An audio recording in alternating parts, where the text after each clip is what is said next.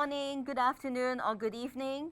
Welcome to our sessions, live discussion sessions for luxury management program.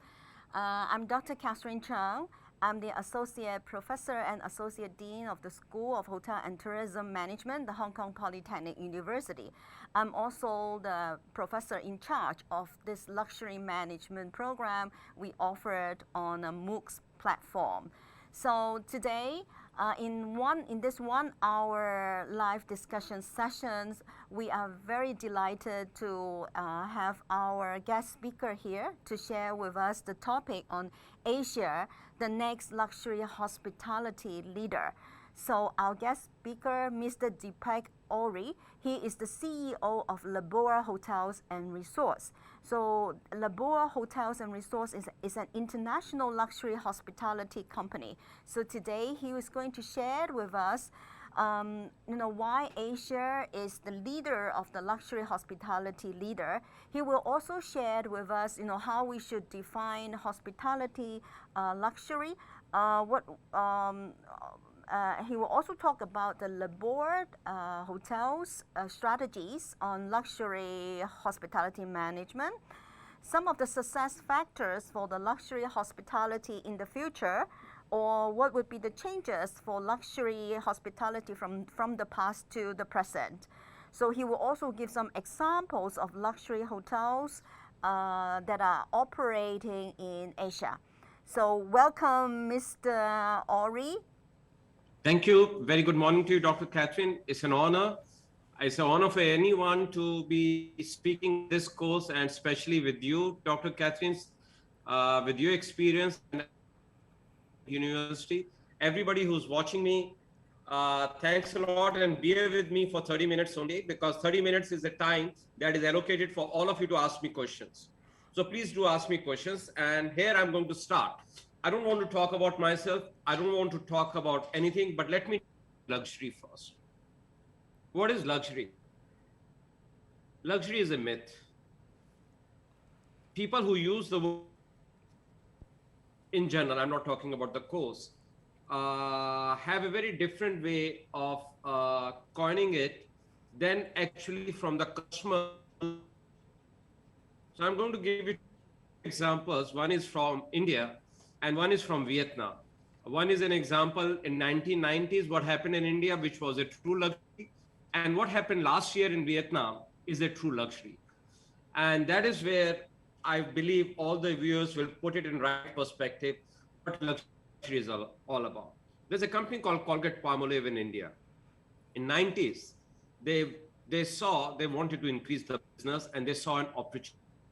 They saw an opportunity to educate people, at the same time sell their product and give them something what they had never experienced before. As we all know, India population right now today is 1.1 billion, and 70% of our population stays in rural area. That time in 90s, the population was in rural area. Out of the 80% of the people, 60% of them had never seen a toothpaste in their life. They were using the bark of the tree to clean their teeth. And what Colgate-Palmolive did was educate people about the oral hygiene. At the same time, came to India with 30-cent toothpaste or tooth powder sachet. Toothpaste would come with the toothbrush, and tooth powder was without a toothbrush.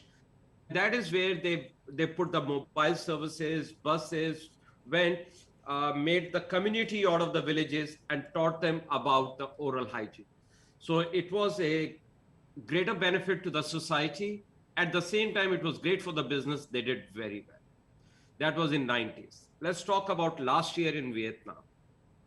I don't know how many of our viewers know about this bakery called ABC Bakery in Vietnam. When the COVID hit, there was a huge amount of dragon fruit which the farmers could not sell. And the farmers, when they could not sell the dragon fruit, one entrepreneur, the owner of Pink Bread, because they used this dragon fruit and created a pink bread. And so much so, it was such a great sold out. Not only farmers were able to sell the dragon fruit, they were using 4,400 pounds of dragon fruit on a daily basis. And all over Vietnam, this is called luxury, a pink bread. What it did, in both the cases, it served the community, it had a purpose, it had the education, it had the need, and it came up with a novel and innovative idea. And in both the cases, the price range is bare minimum, but it is the highest luxury innovations of 1990s and 2020 era, a 30-year difference. Now, before I go about lebua journey, I want to talk about, when I read newspapers, I'm going to talk about the 74 years. The 74 years is the beginning of baby boomers till right now is Generation Z. Because many viewers are going to ask the question, and many would like to know, is how luxury evolve, how hospitality is going to evolve, how the trends are going to evolve, and what are the changes that is going to take place. Most of us, we never understand that are created by human behavior and the culture of a particular country. And human behavior is not individual, it goes by generations.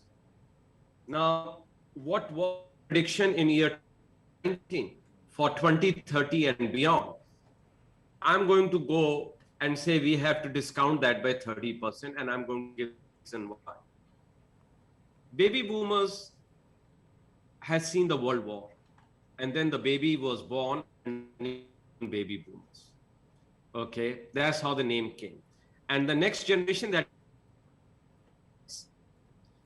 we didn't know why it is called Gen X, but then William Strauss and Hovey gave the name millennials to them. And then we saw the name. But then later on became Gen Y, Gen Z. Now let's look at certain top level facts about how these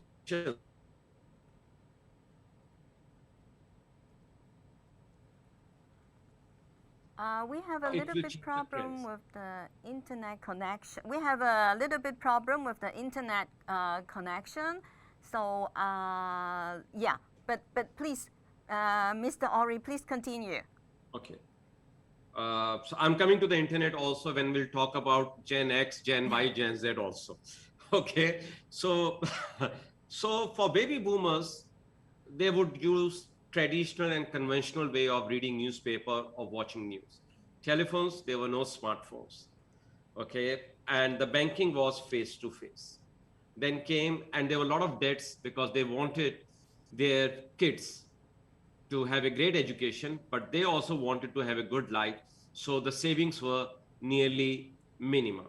Then came our generation, that is Gen X.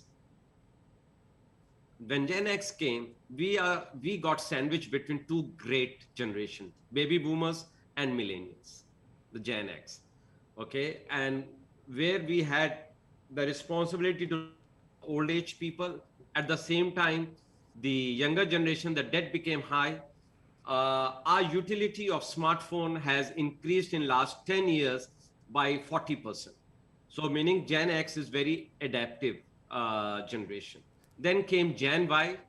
Again, loans were high, but then the good part is that the spending of Gen Y, that is millennial, today in the stands at $1.4 trillion. Now, by the year 2030, which is again a very interesting thing I'm going to give as a fact, the of millennials or the acquisition of the wealth from the parents or the grandparents will stand at $68 trillion. And at same year 2030, the Gen Z is at $33 trillion. But a year later, that's the most important part, year 2031, Gen Z would take over the millennials. So the Gen Z has a very different way of looking at things, and I'm going to stop here And this is what I'm going to talk little later after I talk about how I know all these kind of things and why I'm speaking with such confidence and such authority. And the reason why I'm doing that is I want to take everyone to a journey. And I want to start this journey with a video. And any questions on the video, I'm not going to explain the video. That is something everyone should watch, but the questions should be asked during questions and answers on the video. But then I'm going to explain the journey of Labua from year 2003 until today and why we are able to understand the customer and see the future. Please.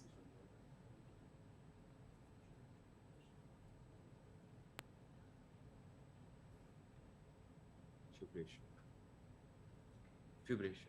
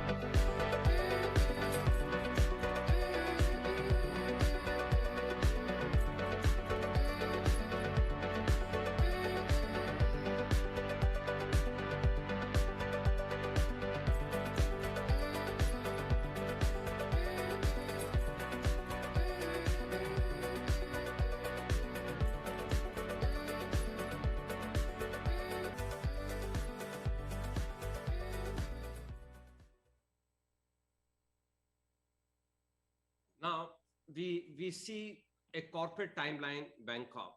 Everyone talks about Labua, but when we started this company in year 2003, there was nothing called Labua there. It was an empty building after 1997, which needed a revival. Even today in year 2020, 2021, it is the biggest gross area under one roof, one single roof, 3.3 million square feet. So when we started, we were not the first one in the world to do the rooftop dining.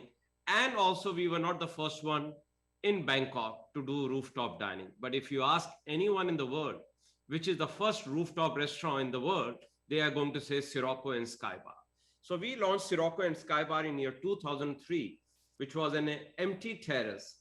The interesting part here is when I'm going to end this presentation, I'm going to show you a slide, but I'm a video, small video, but I'm telling this story now. When we went to the interior designers, we wanted to do something great. So we went to US, New York, then we went to Hong Kong also, and then we went to Australia. No interior designer wanted to design this restaurant. So much so, as Dr. Catherine has a lot of experience in quantitative and qualitative research, we did a qualitative research where focus group were called, and we had 6 focus group. Still, when we did this 6 focus group, they said, this place has no view. Anyway, we ended up hiring an office designer, and this was his first hospitality project. So much so that this became the trendsetter and icon of the world. Icon, not because I'm saying it, because 6 rooftop restaurants.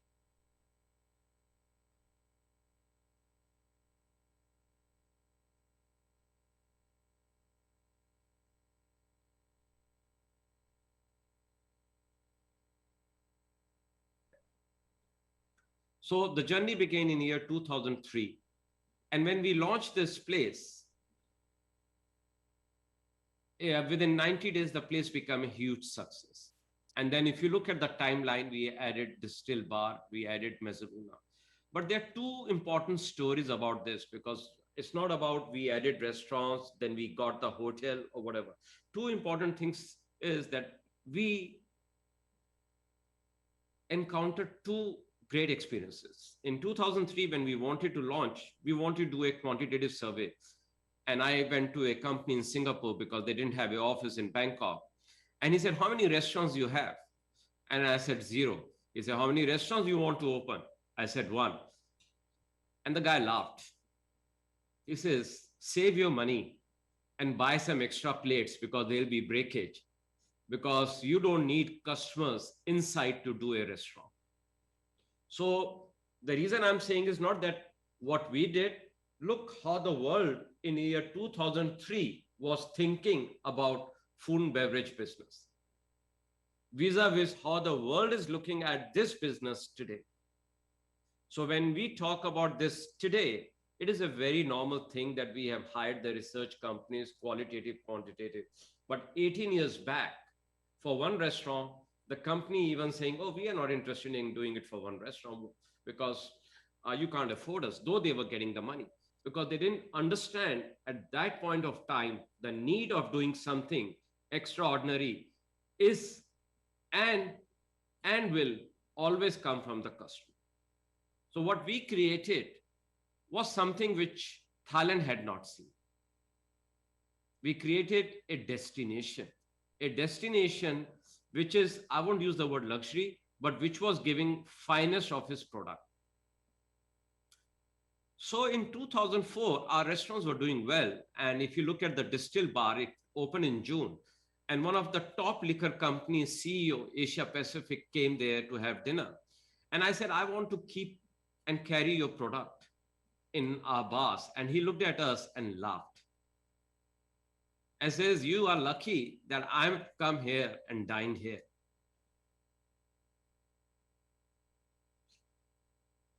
That is a big thing, but this kind of alcohol at outlet like yours, I don't think so you are ready. And that was before, I would say, February or March he had come. Because beginning of April, that is a low season in Thailand, the kind of revenue we saw that day and until 2019, we never looked back. Now we look back and remember those old days, not because of anything else, but it is because of something what we are facing, which is COVID, and we'll touch base on that topic also in a while. So that then there was a group of wealthy customers who came to dine with us, and suddenly it rained, and it was a rooftop restaurant, open air, and they ran away. The bill was quite heavy. And next day, same guest came with the jeans with a condition that I take money from them for the previous evening. And that gentleman, I can proudly say, was the CEO of FedEx, taught me two big lessons.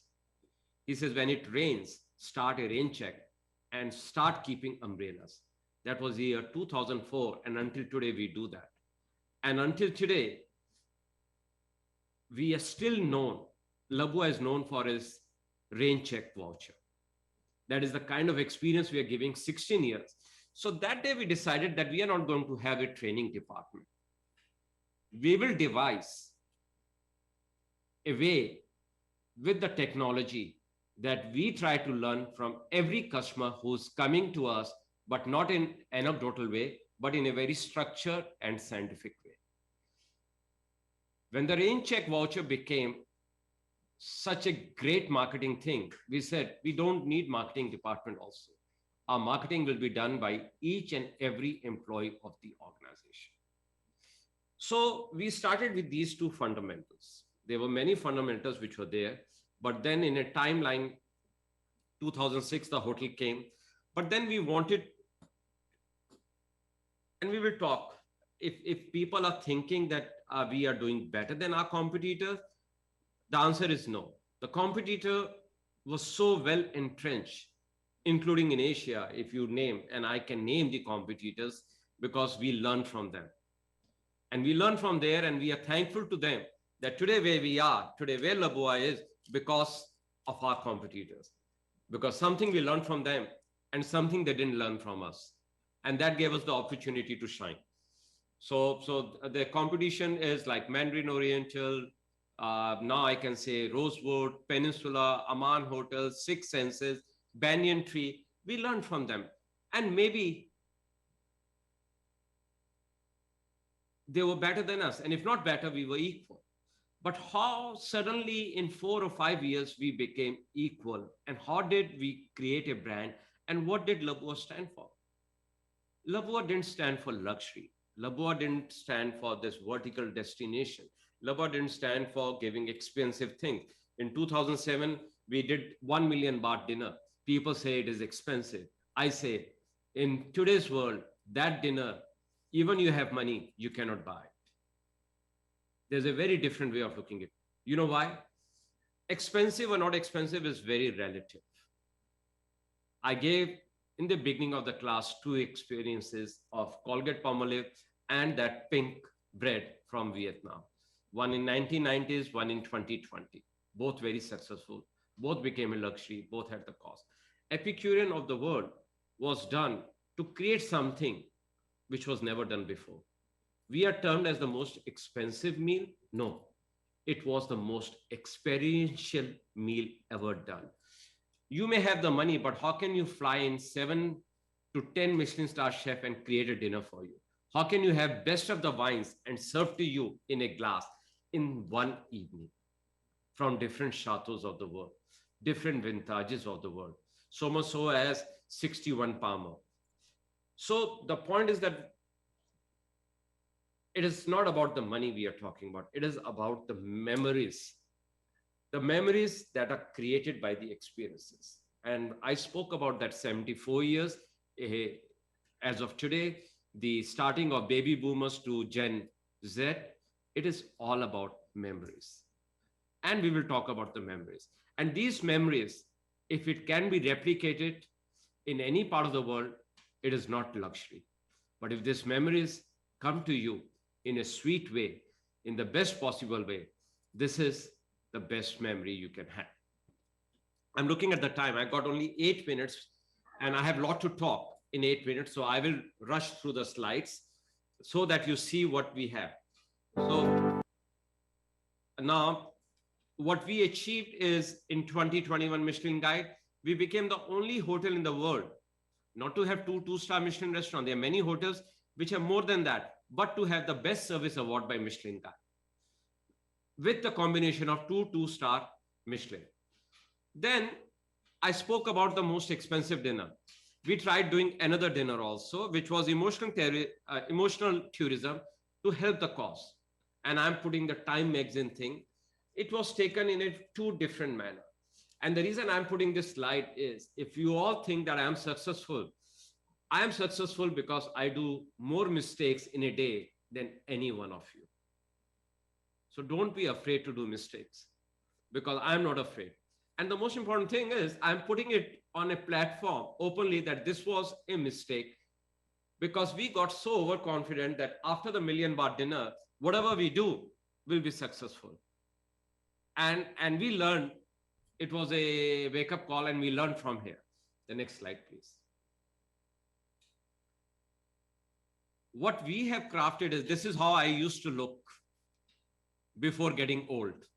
Now you can all see how I look.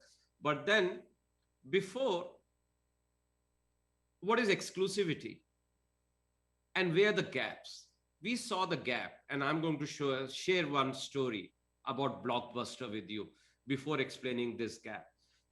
The CEO of Blockbuster saw the future. Netflix had already come, went to the board and said, can we move to subscription model? And the board said, oh, look at the balance sheet. 12% of the income is coming from late fees. If we go to the subscription model, that late fee would be gone. And when that late fee would be gone, we can't. Today, we don't know where Blockbuster is. Today, we use this word Blockbuster for the movies that do very well. But the Blockbuster is not there. So we saw an opportunity that any hotel I would go, the hotel would give me a bottle of champagne with their name written. But that was just done for the sake of doing it. So if we want to craft some experiences for people to always remember, what we did is we started talking to our partners. Here, I would use the word Pernod Ricard. We went to Shiraz and said, let's create a whiskey with the name Lebua, but a whiskey that should have a journey. It took us 1.5 years to create this whiskey. And it is $8,000 a bottle. Price is again relative. And we had to stop selling bottles because in first 3 days, it was a batch of 96 bottles. We sold 40 bottles. Second slide, please. This is again the same thing. We did the champagne, the third slide. Again, the same thing, what we created. Next slide. And this is our story, a small hotel group from Thailand. And if you see in 2003, we are talking about Sirocco. It is in the Forbes. You all must have read about it. Now, I had stopped I've got 5 minutes. And in question and answer, I'm going to talk about the future of luxury in Asia. Because the next luxury leader, whether it is hospitality, whether it is fashion, or whether it is cars, is going to come from Asia. It is going to come from any one of you who's listening there. And why it is going to come from you is because, let me explain you the difference. The Gen Z is the smartest generation. And as we are talking, they must be 24-year-old on the highest. They're the smartest generation. They go through the social media. They go through the digital. We are talking about digital. And they know where the companies are trying to push them and what is for real. When it comes to the transaction, they go for GAFA. I don't know how many of you know GAFA. So there are many acronyms. So I'm going to do it. GAFA is the bank or the payment that is Google, Apple, Facebook, and Amazon. They do GAFA payments. They are more comfortable, 43% of them. So I'm adding certain facts to add the authenticity. But I'm going to end here in 3 minutes, and then we'll start with the question and answer. This is the generation who would have spent a lot of money. This is the generation who would have used the digital platform. This is the generation which would and which will change the luxury hospitality space. All of us in the luxury hospitality today are using a base of the old days. The world is going to change in 2030. Today, staying in a 5-star luxury hotel is a luxury because supply is limited, demand is high. Tomorrow, where to stay will be chosen. Not to stay will be chosen, but where to stay will be chosen in next 9 years. And how many of us are ready for next year? 9 years is to be seen, because anything new that happens today get replicated very fast. There were trends of wellness. Wellness has taken over all over the world. What is the new wellness? We don't know about. Then came the new trend of sports hotel. Then came the new trend. So I want to ask one question. In hospitality, when you look at the brands, maybe Lebua, maybe Peninsula, whether it is Aman Resort, Rosewood, just tell me a question. If you have to remove that label of Peninsula from one building to the other building, what changes you see? Or what changes you expect when you enter that brand? There's a lot I can tell you about Lebua. There's a lot I can tell you about a friendly competitor because they have done great things. But now I am going to give this stage to Dr. Catherine because I just have finished my time of speech. It's already 9:29. So she's going to ask the questions and answers.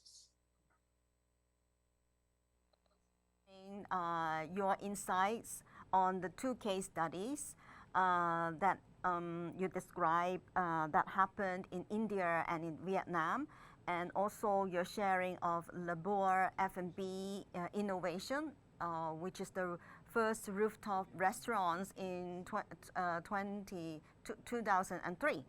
And my colleagues let me know. Sorry.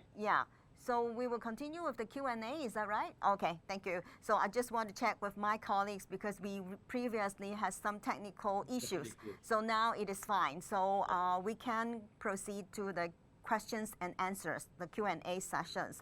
So I saw, many questions coming in for you. Mr. Ohri, our audience here, they come from different places. So we have audience from Hong Kong, Tokyo, Thailand, Poland, Croatia, Mexico, or even in Europe like Paris. So some of them has posted the questions to our YouTube.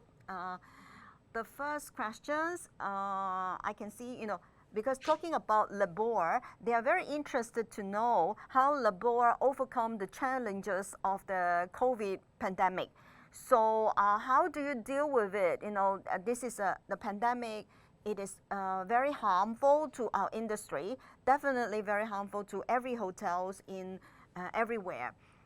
Because the borders are closed, there's no tourism. So how would the lebua overcome the COVID challenges? How do you deal with it?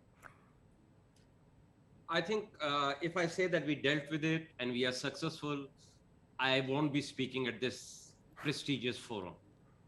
We all suffered like anybody else. And in Thailand, our suffering is a little bit more because the aid that is coming from the government is limited. The hotels always dependent on international tourists. The country never developed a domestic tourism plan. So a combination of all these things created a lot of issues. I gave two examples before for luxury. One was teaching oral hygiene. Second was helping the farmers in Vietnam to sell the dragon fruit. When all bad decisions are taken, Dr. Catherine, in good times, but during bad times, they surface. So we never see bad decisions during good times. We see them in bad times. And what did lebua do? It has to be called by customers as luxury. You know what we did? The only noble thing we could do in any of our locations, we didn't let a single team member leave us. We didn't say that, sorry, we can't afford you, you can go. We kept everybody. That is the one thing we did during COVID. And that one thing differentiates us from the others. And rest, everything is a constant that is happening with everyone. Someone may be doing a little bit better, someone may be doing a little bit bad, someone may be doing very bad. But then everyone is suffering. It is a very dreadful thing. Hopefully we come out of it and revive the hospitality industry. But what COVID has done, every Gen Z, which I stopped at that point of time, Gen Z was supposed to spend a lot of money. And in 74 years, the world never saw anything. Baby boomers was post-World War II, 1946. That is where it began. And Gen Z has seen COVID. And the whole thought process of Gen Z has changed. Where they were very cautious with their money, but they wanted to have a good life. Now they have decided that if they have to spend $100, they rather keep $20 in their pocket and spend only $80 because anything like COVID can re-happen again. So that is a lesson Gen Z has learned from here, which will actually trigger a war in a hospitality space of improvisation and innovation. Okay, so thank you for sharing with us what you manage the challenge at lebua Hotel. So, so it is good to hear that, from your hotel perspectives, the personal safety of your employees and also the job security of your employees are of vital importance during the critical times. Okay, so I have another question. So a few of our audience, they ask, where did you get your inspiration for hospitality innovation? So where do you find these new ideas? do you, do you experience it? It's all by learning from mistakes or failures, or is it, by studying? So how can you get all the inspiration to manage luxury hospitality? My inspiration came actually because of self-respect. I'm writing a book, and my book will be launched very soon called A Bridge Not Too Far by Deepak Ohri. Okay, I didn't come from a very humble middle class family, and I got into hospitality not because I was passionate. I got into the hospitality because I couldn't get into any other school at that point of time in India. Okay, and when I got into the hospitality at that point of time, I studied in government aided schools. My English was not so good. And when I went to the hospitality school, my colleagues would talk in English and they would make fun of me. So I became a laughing stock for everyone in my school. Then I went to do my first job, and my boss called me one day, and I was very proud to be working with him. And he told me that, why don't you go to this restaurant and pack the food for 4 people and bring it to my house?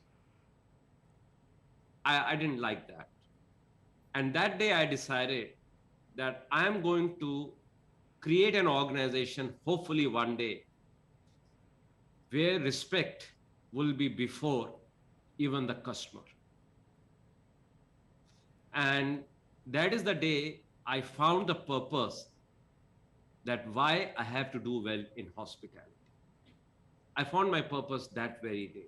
After that, of course, I have seen a lot of failures.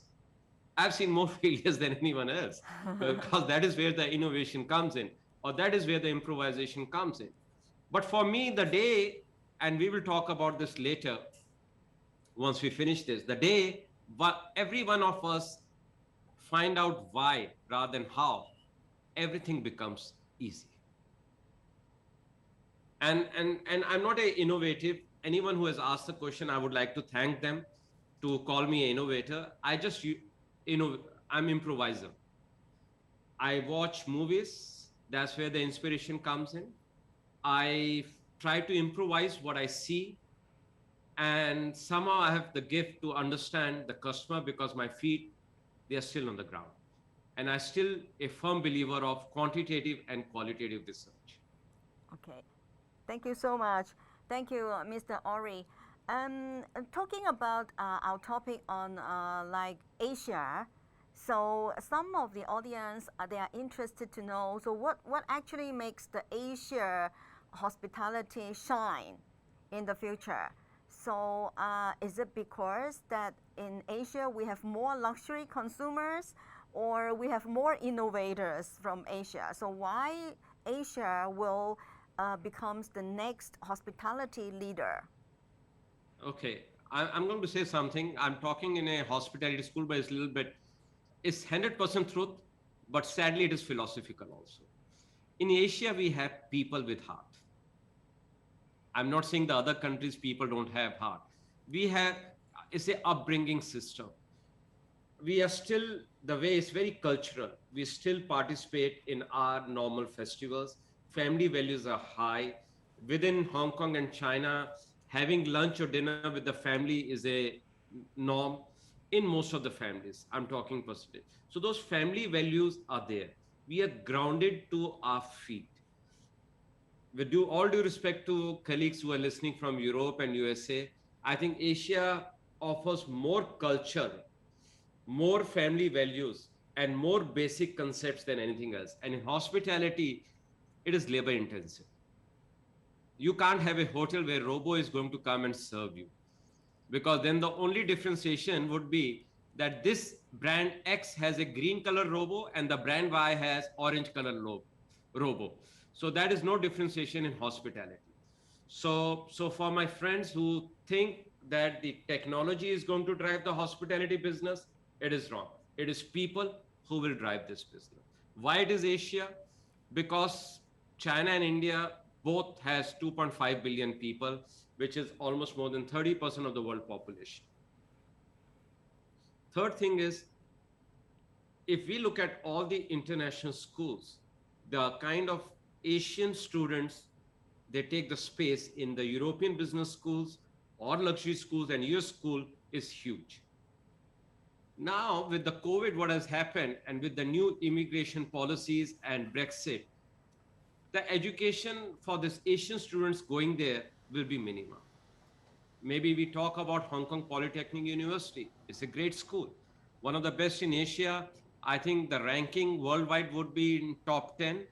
But then, where was it 10 years back? It was not there. So we will see the emergence of these schools. We'll see the emergence of consumers. Because when you have consumers who start consuming things, they will find better ways to improvise those things. And let's take one example where we see China is ahead of the world, and that is digital. We all talk about digital. Still, Amazon is US, but do you know there's only 47% of customer engagement in USA vis-a-vis 97% customer engagement in China. In US, the digital platform is top down. In China, the digital platform is customer centric. When you look at these two things, it tells that Asia is really understanding its customer base, understanding them, moving much faster than the Western counterparts. The population base is high. People are educated overseas.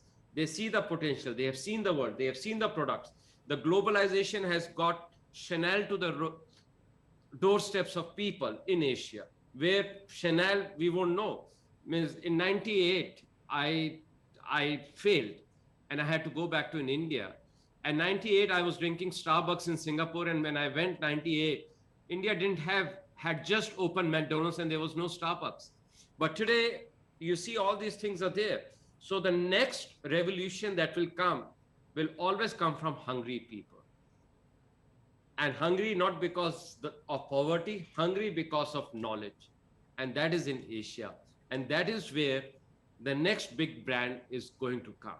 And that big brand is not there right now. Sadly, if I'm going to say Lebua is there for 2030, we have a lot of work to do. But 2021, we are there. We are there along with our colleagues. Now, how moving forward, everything is going to change. I'll use certain financial terms.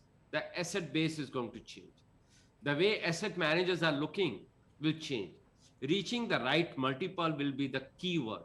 Reaching the right multiple. Quality of earning will go much higher than quantity of the earning. So these key changes will define the change in the hospitality model. I hope I've answered your question. Yeah, thank you so much. So I just kind of summarize what you have shared with our audience to answer the questions on why Asia will become the next hospitality leader, luxury hospitality leader. First is because of the rich cultures in Asia. They are probably some of them are underexplored or not being explored by people around the world. So the rich culture would be very, very attractive to the next generation of luxury consumers.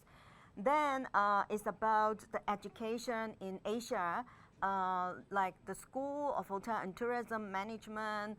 We offered very ambitiously, on the hospitality and tourism program.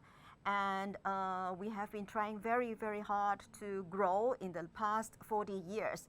So we have a very, very humble beginning as a department in the university. But then we grow from a small department to a school, and then we have our own teaching hotel, the Hotel Icon, to provide training to the students, to the young people to build their career in the hospitality field.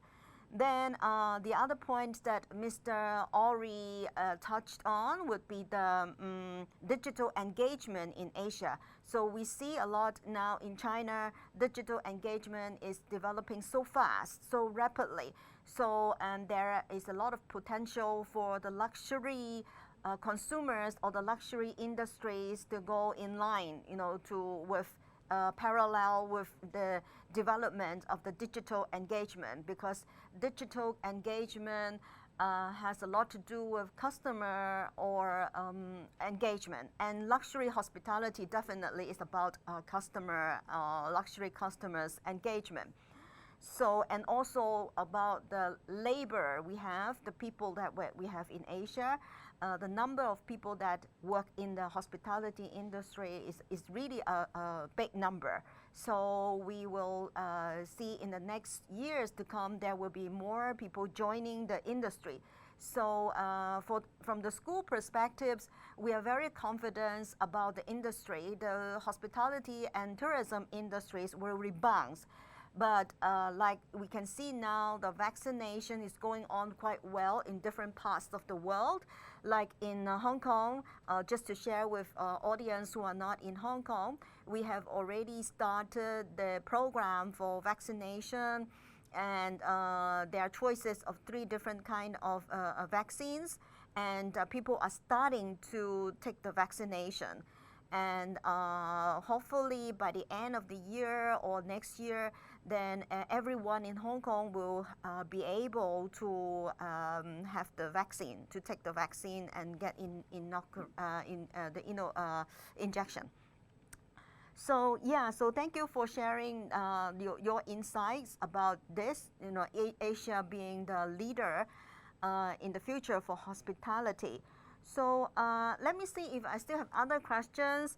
Some of the audience were saying because of the unstable internet connection, they were not able to see some of the slides. So they were asking, whether we can share the slides later on. So I will ask my colleague to work out later to share some of the slides from our presentation this morning.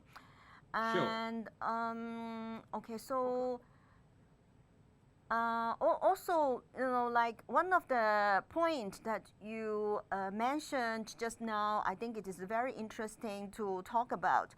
In hospitality, in hotels that we visit, especially luxury hotels, when we visit those luxury hotels, if we just get away, remove the label.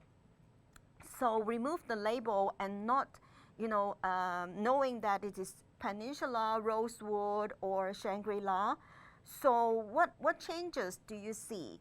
So in other words, so how would different luxury hotel brands differentiate from each other?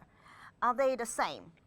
Are they the same, providing luxury accommodation with a very comfortable bed, with a very nice view, with, of course, anticipatory services to luxury consumers? So other than that, how can they differentiate from each other? So let's say if I stayed at the Shangri-La Hotel, I receive the same types of luxury service. I have the same view as it is when I stayed at Rosewood. So with a nice harbor view. So how do we differentiate from each other? So for the luxury brands, how do they differentiate from each other? So how can they win the hearts of the luxury consumer? So what is your view on this, Mr. Ohri? Yeah, so this is a very good question you asked, and I'm glad you asked, Dr. Catherine, and that's why you are where you are. Very, very good question. The answer is, and somebody asked that question, I saw that on a clipboard, that what is the future of luxury hospitality? This time it is experience. And that's why I said, go to any hotel brand, remove the name, and tell me whether that is the same place or not. And 99% people will go wrong. There was an experiment done with a very famous guitarist, and whose shows would get millions. And one day he was at the subway in USA somewhere, and he was playing and nobody noticed. And he couldn't even earn $100 that day. So people see things at the place. But then that is what is going to change. How you define yourself is something should be seen in every every facet of your hotel hospitality brand. If you're legendary, everything should be legendary, because you can't just say that 100 years in business, we are legendary. No, everything in that should be legendary. And if we look at the dictionary, Webster or Oxford, then everything about that hotel should be legendary. If you say iconic, then everything should be iconic. That translation, if we don't do it today, will be late, because Gen Z is going to ask for these things. Because today, what we have not spoken about on a digital platform is that there's a lot of digital content because of COVID. And you can show it to the baby boomers, you can show it to the our generation X, you can show it to millennials and Gen Z. And trust me, Gen Z will say, this one no need to see, because they are trained, they know what is being pushed to them and what is not being pushed to them. So I think we have to live to our true values. Okay, great. Thank you so much. Thank you, Mr. Ohri. Yeah, keep the brand promise, and then knowing what the customers' needs would be the way to go for luxury hospitality. So, Mr. Ohri, do you have a final advice to our audience? You know, Yes. one final piece of advice to our audience. Yeah, I'm going to give one piece of advice and then I'm going to play a video. And before I do that, I want to thank you, Dr. Catherine. I want to thank your team, and I want to thank everyone who's watching us. I'm not going to give you advice that enjoy your time in school. I'm not going to give you advice the outside world is very difficult. I'm not going to tell you the education or the reality is different. I'm going to leave this with a thought and a purpose. And I'm going to use the quote of Mark Twain. Mark Twain has said that the two most important days in your life is the day you're born and the day you find out why. I'll play the video. Thank you. Thank you so much.